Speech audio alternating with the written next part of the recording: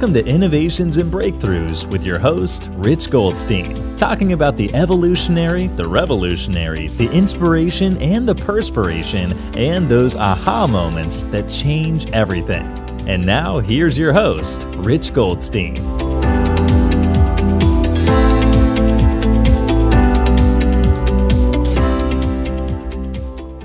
Rich Goldstein here, host of the Innovations and Breakthroughs podcast, where I feature top leaders and the path they took to create change. Past guests include Ryan Deiss, Kevin King, and Jason Fladlin. This episode is brought to you by my company, Goldstein Patent Law, where we help you to protect your ideas and products. We've advised and obtained patents for thousands of companies over the past 29 years. So if you're a company that has software, a product, or a design you want protected, go to goldsteinpatentlaw.com, where there are amazing free resources for learning about the patent process. And you can explore if it's a match to work together with us by scheduling a call with Larry Slavin from my team.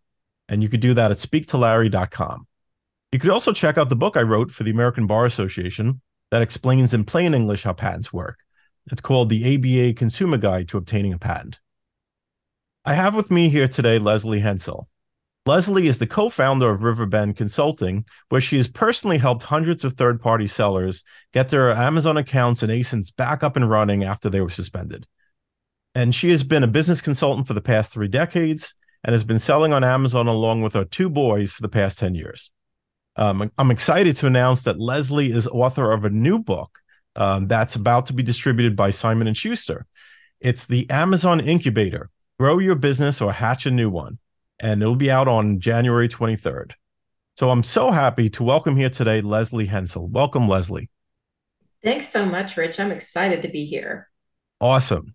Yes, and so we both work heavily in the Amazon world, and we kind of have a lot of friends in common, and we go to a lot of events at the same time, and it's just a really great, deep, interesting space of a lot of really motivated entrepreneurs that can have really great success on Amazon.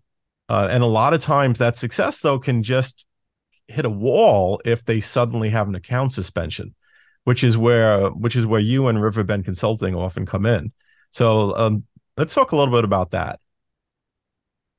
Absolutely. And you're correct. It's interesting. Some people have kind of some conspiracy theories about Amazon that, oh, if you're a really big account, they never suspend you. Or if you're really small, they don't care, they won't suspend you. Or if you're really small, they don't care, so they will suspend you. So I'm here to tell you they'll suspend anyone. It just depends on what the violation is, understanding the rules. There are so many basics that nobody tells you. There's a lot of business coaches out there and programs who sell you some of them are get rich quick schemes. Some of them are, oh, fast and easy way, 5 hours a week, you're making $1 million a year on Amazon. But they take a lot of shortcuts. And honestly, Amazon is not super friendly on, hey, here's the rules. Here's what your invoices should look like. 1, 2, 3. Here's the kind of suppliers we like. 1, 2, 3. They don't really give that to you. You have to go out and find it yourself. So it's a great place to make a living. That's why my book is called The Amazon Incubator. I believe Amazon is the greatest small business incubator in the history of the world. No exaggeration. But there are so many holes you can fall into and not always crawl out. Got it. Yeah, absolutely. And so so you have been working with Amazon sellers for quite a while now, and your company has been doing such. But let's talk about how you got started as an entrepreneur, and really what led you to this space. So, like a lot of mommies out there, it was actually being a mommy that led me to selling on Amazon. My background is in old school business consulting, like working at an accounting firm, old school business consulting. And I'd done some marketing consulting as well. And then I had 2 boys, and one of them is on the autism spectrum, and he was really struggling in school. And we decided this kid just needs to be homeschooled for a few years, and we're going to do a ton of therapy, occupational therapy and biofeedback and physical therapy. Well, there's 2 problems with that. One is that's a full-time job. And two is it's very expensive to do all of that therapy. So I couldn't keep doing the consulting jobs that I'd been doing because those are a lot of calls and meetings. It just wasn't going to work with my new full-time job as an at-home mommy therapist and teacher. So I found out about selling on Amazon and I started selling FBA. I would source products at night when my husband was home with the kids from work. And then on the weekends, we would, as a family, prep shipments and send them in. And that is how we homeschooled my kid for 3 years and paid for his therapy. And then that's how we paid for his special needs school for 3 years. And it was a game changer for our family. I will always be so grateful for that opportunity. And then I got lucky enough to meet a lot of sellers in this space who were having problems on Amazon. So it really let me hearken back to my prior knowledge as a consultant. How do we write a good POA? I've written thousands of those. How can I do it for Amazon? And that's how the suspension business was born for me. Got it. And like, so I'm curious, like, if you could recall, like, when was like the first time you encountered a Amazon suspension issue, either for yourself or working with some of your friends, that kind of help that light go off about like this being like an opportunity to really to get through some of that red tape. So I started selling in November of 2010. And I believe the first suspension that I dealt with was in 2012. So I think it was in May of 2012. One of the first suspensions that I dealt with was someone that I knew who had been sourcing product from discount stores. And Amazon accused her of selling counterfeit Aveeno soap. I'll never forget it because who would be in their basement counterfeiting bars of Aveeno soap? and and the problem was that since she had bought them from a discount store, her receipts had their internal stock number instead of a UPC. So Amazon didn't believe her receipts. So it's funny how you really remember the details on those first things. Yeah. So that was a long time ago now, 12 years ago. Yeah, no, that's fascinating. And yeah, I mean, the details matter, right? I mean, you remember the details because in dealing with one of these situations, like a lot of times the solution may be in just some of those details. It's in a certain question that you know to ask that then leads to the detail that turns the situation, I guess.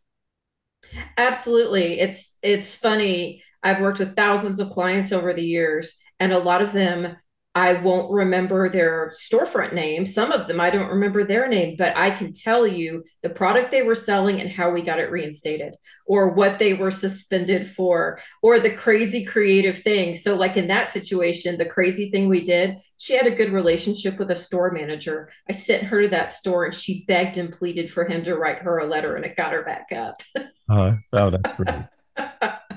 That's great. And so it's interesting. So I guess it was a couple of years into your Amazon journey that you dealt with the first suspension, which kind of goes into what we were saying at the beginning about how like things can just be moving along, and then you hit such an issue. And so sellers need to be aware of this as a looming possibility and be prepared to act. So, I mean, considering that we're in January now, I mean, what do you think that sellers need to be aware of? Being that they just finished out Q4 and they might be kind of riding high on that, and kind of what do they need to be aware of? So everyone's tired because you just got through October, November, and December, which are the most exhausting time of the year. So a lot of sellers go on vacation in January, or they don't even look at their account much, or they're doing all of their planning for the year and they ignore account health. But I'm here to tell you, this is enforcement season for Amazon because enforcement is directly related to the number of complaints Amazon gets from buyers. So right now they're getting all of these complaints from all of your Christmas sales. Yay, aren't we all happy about that? And then so enforcement usually happens 4 to 6 weeks after some amount of data Amazon has collected. So for example, Prime Day last summer, 6 days after that, we started seeing all of the suspensions roll on in. Well, the same thing is going to happen now, end of January, mid-February. Super important that you watch your product scorecard. I'm sorry, your enforcement scorecard, your account health scorecard on that performance notifications page. Look for any Amazon notifications that come through. Amazon now has this account health score. They call it your AHR, your account health rating. When you get ASINs that are suspended or they're asking for invoices, you're going to see that score inch downward toward that magic 200 threshold. You can't ignore Amazon's request for information. So in January, February, if you're on vacation, make sure you've got a VA or someone watching that scorecard and appealing those ASINs, because you cannot risk just ignoring things right now and being on vacation and then having Amazon shut down your account. Yeah, absolutely. That's really great advice. And it's, and it really comes down to just awareness and being ready for what might be coming down and kind of being in touch with your metrics so that, like if there's something that you need to take action on. Absolutely. And it's so easy to ignore. Who wants to think about?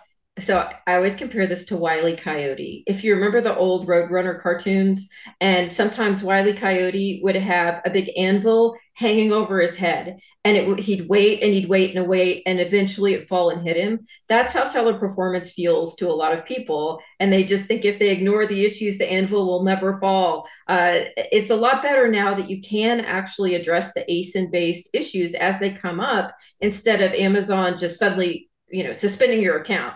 As long as you're on top of those, you have a better chance. Got it. I love the Roadrunner analogy. So what is going on with brand registry these days? What's going on? It's just crazy activity happening.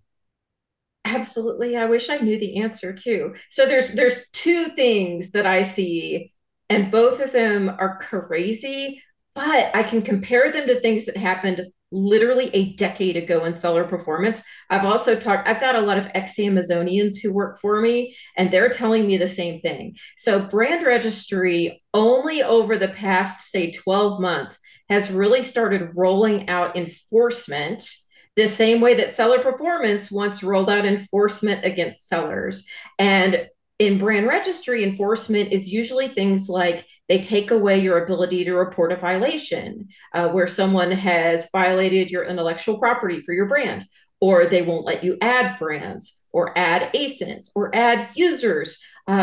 There's a wide range of ways they can punish you. And most of this is because they believe you have somehow been abusive.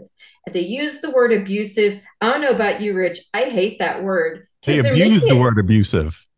Yeah, because it makes it sound like you're a really bad guy. Right. And you were doing it on purpose and you're really mean. Most of the time, what they mean is they think that you over-reported IP violations, or you reported IP violations and then the other seller overcame them. So they presented their invoices or their fake invoices. Right. They got their ASIN reinstated. So you must be bad. So you didn't win, therefore you're bad. That's right. So there's all this enforcement going on with brand registry. And unfortunately, that is a whole new regime of appeals that sellers have to be on top of. Now, in this case, if you don't appeal, it's not like they can completely shut off your brand registry. It doesn't happen very often. They usually just shut down privileges within it. But you need those privileges. And if you don't have them and something happens, like you get a counterfeiter on all your listings, you can't do anything to fix it. And then the other thing my team has told me about that's going on is because they've been enforcing so much, they are 4 to 6 weeks behind on responding to appeals. It's like they don't have the personnel or maybe the SOPs or the canned language built out that they can respond in a timely manner. So I've got clients right now that we keep getting the we're researching that, and we're escalating and saying you've been researching it for a month, and the response to the escalation is literally, oops, we're still researching that. Yeah, absolutely. It could be very frustrating. It's terrible. Yeah. It's again that anvil hanging over your head and you're waiting for them to say, and Right. it's also frustrating because so many times, so frontline brand registry rarely reinstates anything. They rarely give you back your report a violation or make it where you can add brands or products. It almost never happens. My theory is that their technology has told them that you're bad and they do not feel empowered to overrule the technology. So if the technology detected there was abuse, they assume the technology is right. You have to wait for them to turn you down before you can start escalating up the food chain, which is where we get most of these fixed. Yep. And again, like, while all of this is going on, it's like someone's whole business is literally at stake. And so anything you can do to really understand how the system works better, how to avoid these issues, can make a huge difference in the success of your business, which kind of leads me to asking about your book, which is very exciting. First of all, I mean, to have Simon and Schuster distribute your book is a big deal. I mean, like, lots of people self-publish a book, and to have one of the kind of oldest and most prestigious publishing companies to distribute yours is quite an accomplishment. So, congratulations on that. Thank you. I am just over the moon. Yeah, awesome. Well, I mean, well, let's make sure that our listeners get to check it out, and let's make this success. And maybe that will also help Simon and Schuster pay more attention to the Amazon space, and kind of help get more information to sellers that they need. So the book is the Amazon Incubator: Grow Your Business or Hatch a New One. So, kind of tell me about that, and tell me what you focused on in the book and what people can learn from it. So this book is in the entrepreneurship category at the bookstore. And it really is focused on entrepreneurs and people who want to change the way that they bring money into their household or into their business. And the reason I say what I just said is there's a lot of fluff and a lot of dangerous stuff out there around how to start an Amazon business. There are a lot of programs like drop shipping programs and get rich quick schemes, and they take people's money and the folks don't earn it back. Sometimes they lose their account because they don't understand how they're violating the rules, like with drop shipping programs. And a lot of it's around the whole Lamborghinis and huge mansions crowd, and that's how they pitch their get rich quick. This book is not about that. This book is about you as an entrepreneur. What are your goals? What do you want from a side business? Do you want a side hustle? Do you want to replace your current income? Do you want to grow a brand? This is all about you, the same way that launching on Amazon many years ago was about me and my kid. I think there's a lot of families out there that they want to change the way they're bringing money into their household, but they need to understand how to launch a business that is a long-term going concern. So this book is very foundational. It has a lot of the basics of understanding who you are as a person and how you want to work, how much effort you want to put in, and using that avatar, if you will, to decide what kind of Amazon business to launch. Because there's so many models. You can do private label, you can do wholesale. There's all of these things to do, but you have to understand the time requirements, the capital that you need up front, and what is more sustainable for you over the long term. So I know that sounds like a lot of big ideas, but I'll tell you, a lot of this is step by step. It is, and some of it is more advanced also for existing businesses and brands. Like, do you have your brand registry? How are you using it? How are you marketing your products? Are you thinking about new strategies to get bigger and to actually make money and not be all about those revenue screenshots we see floating around, but to actually be about making a profit and bringing money home for your family at the end? I am all about taking care of family and family first. And I think this is a blueprint for people who also care about family first. Yeah, that it sounds great, and I think um, underneath this podcast. If you're, I mean, this podcast is on lots of different platforms, but if you go to the goldsteinpatentlaw.com website, under this episode, there will be links to the book. There'll be links to, there are links to pre-order the book, and there are bonuses, I believe, associated with that. Yes, we have some fun bonuses if you pre-order. We have a calendar for you to think ahead of dates throughout the year, both for your business and then key Amazon dates. We've got some Amazon kind of backstory information to help you launch your business. We've got a sample chapter to get you going and thinking. And then we've got some video content as well. And you can find all of that at the amazonincubator.com. That'll take you to a page with all the pre-order links. So it doesn't matter where you want to buy, you can find a link. Awesome. Okay. So a couple other things I wanted to ask you about. One is what you're seeing happening with regard to IP complaints on Amazon. Like what things are you noticing? What trends are you noticing? Things of that nature. There are so many IP complaints. The trend is there are so many IP complaints. There are more and more. So Rich knows this a lot better than I do, audience members. But there's a lot of savvy brands and savvy sellers out there who are really leveraging the magic of the patent complaint. IP patent complaints are harder to overcome than any other kind of complaint for lots of reasons. The most important of which is it usually actually takes informed lawyers or judges or mediators to make a decision as to whether someone's violating a patent. It's much more difficult to overcome for people listing against those products.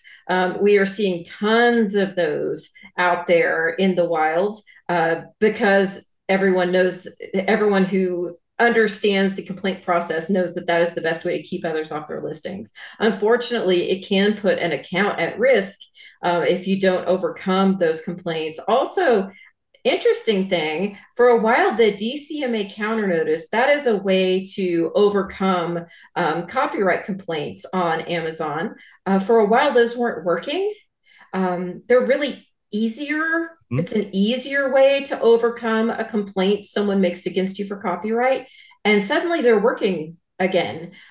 So that as a strategy for overcoming copyright complaints has really been good to a lot of our clients. Yeah, and then it puts the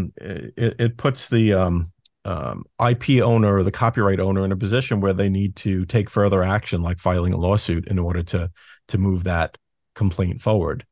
So it's much easier to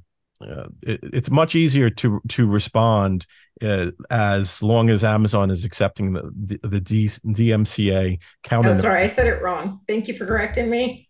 I didn't even know. I didn't even notice. I don't know if I said it wrong. Well, either way, it's DMCA counter notice, and that's effective for copyright. And that's again one of the reasons why a patent is a stronger claim to make on Amazon or with an IP complaint, because it's not so easy to overcome them. And as you mentioned, it takes some special knowledge to really determine if infringement is present or not, and to resolve those complaints in that way. So it's like one of the things I always say, and that you may agree with, which is that Amazon tends to defer towards IP owners, especially patent owners. So it pays to be the one holding the IP. So yes, that is so very true. And I'll tell you that as appeal writers who are not attorneys, when we can overcome patent complaints is when they are blatantly obvious. So when you can look at the two products with the naked eye as someone who knows nothing about them, and you can say, those are completely different. Are you insane? Right. This one's square and this one's a circle. We can win those with Amazon all day long. But when it's a close call, or when you're talking about how the product functions, that is like a utility patent. Yep. That's when it is extremely difficult for us to overcome. And it's extremely difficult for just your regular seller out there to overcome. And it gets very expensive if you want to fight them because you're hiring an attorney. Yeah, and it could be difficult for attorneys to overcome, because when we're defending against an IP, against a patent infringement claim using the Apex program, it's like there are very limited defenses we could make. So it's like in a court of law, there are all kinds of defenses against the patent. You could show that the patent was invalid, that it shouldn't have been granted in the first place. On Amazon, you can't use any of those defenses. They give you some very narrow, very specific defenses you can make. And so, I mean, I've seen cases where someone absolutely was not infringing, but there was no room in the Apex, Amazon neutral evaluation program, that is, there was no room in the framework to accept those defenses and to show that it's not infringing and shouldn't be shut down. So, yeah, it's just one of the reasons I think it pays to be the one holding the patent. Yes, and you give great advice too, because you're saying essentially, if you can patent your product, IP holder, do the thing. I mean, go to Rich and talk to him, because if you can get a patent, you need to get a patent. This is going to protect you on Amazon. It's going to protect you on Walmart. And then over time, it's going to protect you on more and more platforms. Trademark is so easy for other sellers to overcome, even with fake documents, unfortunately. Overseas sellers overcome copyright and trademark all the time, and not always in non-nefarious ways. But when it comes to the patent process, they are stuck. So that is also one way that you can win against overseas sellers, which can be very difficult in other arenas. Yep, absolutely. And so last thing I want to ask you about is, so you're, as an Amazon seller, your account, your business is now being run by your kids. So tell me about that, and tell me how that is for you and them to work together like that. I have two boys. They are just turned 22 and 16. And they started working in my Amazon business when they were teeny tiny. In fact, my younger kid started stickering inventory when he was 2 or 3. We taught him how to put the sticker over the barcode when he was little bitty. And we would literally, Rich, this is awesome, we would pay him a penny for each sticker. And he thought he was so rich because we'd pay him in actual pennies. He'd have a whole pile of them. He thought it was awesome. You and him. Both. Worked out for everyone. Right. For years, I will source the inventory, I'll get it delivered, and then they sort. So everything is sorted onto the racks. They know how everything is to be sorted and prepped. They will shrink wrap, they will sticker, and then they create shipments to go to FBA. My husband oversees some of this. I oversee some of it, but really they don't need us anymore. It's not like when they were 12 and we would recount everything. We don't have to recount anymore. During peak season, we do merchant fulfilled. And it's great because they have time off school. And so there was one Christmas where I think they moved 1,000 units over, I think, 5 days. It was awesome working together. They can really get a lot done. So it's been really good for them to learn about where money comes from. They've always kind of known that, because when mom works at home, you know where money comes from. But when they're actually touching product, they ask me how much it costs. They're shipping it out. They're seeing what the fees are. They understand what our net is. Just understanding where money comes from, of how hard of work it is to pay for college tuition, and to pay for all of their expenses. It's great. And as a family, what we've always done is we have some baseline expenses for them that we use the Amazon business to cover. And then after that, they start getting a cut, but not until those baseline expenses are covered. So right now it's private school tuition for one and college tuition for the other. And then after those are covered, then they start getting paid. Also a really good lesson in, this is what it takes to live. Right. And I think they have more respect for income and mom and dad's money and sweat and getting up early and staying up late than they would have. That's awesome. And, I think maybe your next book should be, raising young entrepreneurs, and kind of how you cultivate that mindset in them. So if people want to learn more about you, get in touch with you, how do they go about doing so? So you can find Riverbend at riverbendconsulting.com. Love it when people connect with me on LinkedIn. So I'm there under Lesley Hensell. Please come and connect. And if you have Amazon questions or need help, hit me up because I'm always happy to talk about your situation. And if you're interested in the book, go to theamazonincubator.com. Awesome. So really, I really appreciate you coming on and talking about Amazon suspensions, talking about your new book, The Amazon Incubator: Grow Your Business or Hatch a New One. Very excited for you and excited for the book launch, and hope that you come back to the show and talk some more about what Amazon sellers really need to know to avoid suspensions and get through them.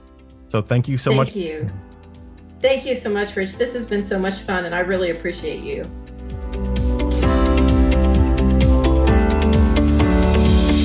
Thanks for listening to Innovations and Breakthroughs with your host, Rich Goldstein. Be sure to click subscribe, check us out on the web at innovationsandbreakthroughs.com, and we'll see you next time.